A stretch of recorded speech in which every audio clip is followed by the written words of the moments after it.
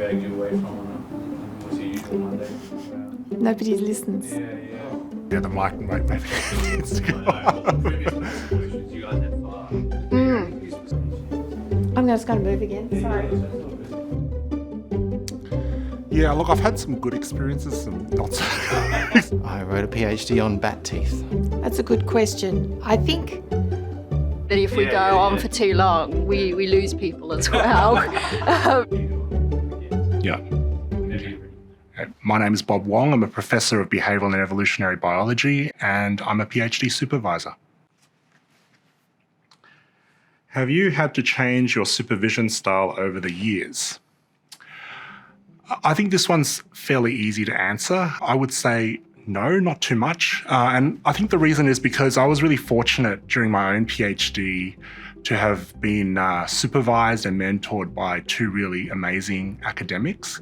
And I learned a lot of my supervision style from my PhD supervisors. Just to give some examples of my approach to student supervision, I don't believe in prescribing set research projects for students.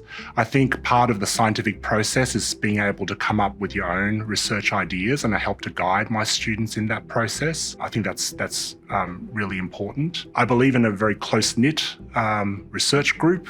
So fostering a relationship where students feel very comfortable to come into my office and have a discussion, so have a general open door policy. Having said that, we also have set scheduled meetings every week. It's a time when students know that I am available for them. They can come in and have a chat about anything, usually research related, but if they're going through some difficulties, that's also a time when they can communicate that. And then as part of setting up this really sort of close-knit research environment for my students, every 18 months or so, we might go off on a lab retreat. And that's just all about sort of team building and bonding. Okay, so what are some of the common characteristics that make a successful PhD candidate? I think it is important to be flexible, to keep an open mind, to be responsive to changing circumstances, because we know that science is such a roller coaster ride. Sometimes things work, sometimes things don't, and it's important to be able to adapt to those changing situations. What is the most important element of a supervisor-student relationship? For me, it's trust. I still remember when I found out that my very first student applicant was successful in getting a scholarship to come to Australia, so as an international student. And that was the first night that I actually had a very restless night of sleep, because it suddenly dawned on me that I'm not only potentially responsible for my own career and my own future, but also being entrusted with this massive responsibility of a student traveling all the way from the other side of the world to begin a research program in a new environment, trusting me to be able to guide them in this really vulnerable stage of their career and to really set them up for success. So I think trust is hands down the most important element of a student-supervisor relationship, and of course with that comes considerable responsibility. What do you enjoy most about supervising PhD candidates?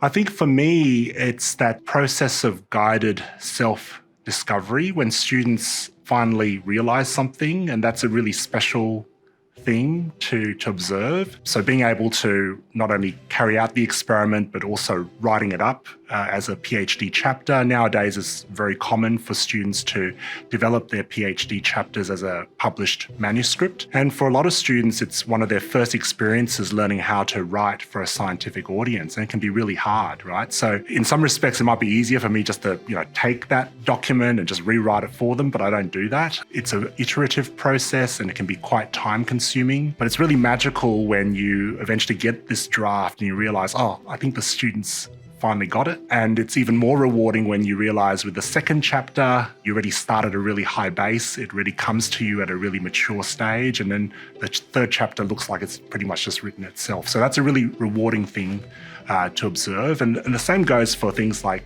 preparing your first presentation for a conference. Again, it's really magical when you suddenly see that students gotten it and have made that discovery for themselves. Last one.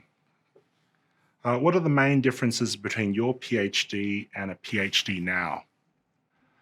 The first, I think it's a much more competitive environment now. It's competitive to get into a PhD. So I kind of reflect on the marks that I got from my honours to be able to get a PhD scholarship. I probably wouldn't qualify for a PhD scholarship nowadays. It's just so much tougher. And overall, it's a much more competitive environment. So for PhD students, being able to present at conferences to build their CVs over the course of their candidature is so important nowadays, because once you finish your PhD and get it out into the real world in terms of the job market, I think that is much more competitive nowadays. I think a second difference between my PhD experience and PhD now is that I think the world has, it makes me feel old, but I think the world has gotten heaps more complicated, and we've just been through several years of pandemic and all the challenges that came with that, students not being able to come onto campus or having to recapitulate their research under very challenging circumstances. And so I think associated with that, there's been a lot of, challenges with mental health as well that I don't remember experiencing myself when I was a student. So I think that's another really notable difference.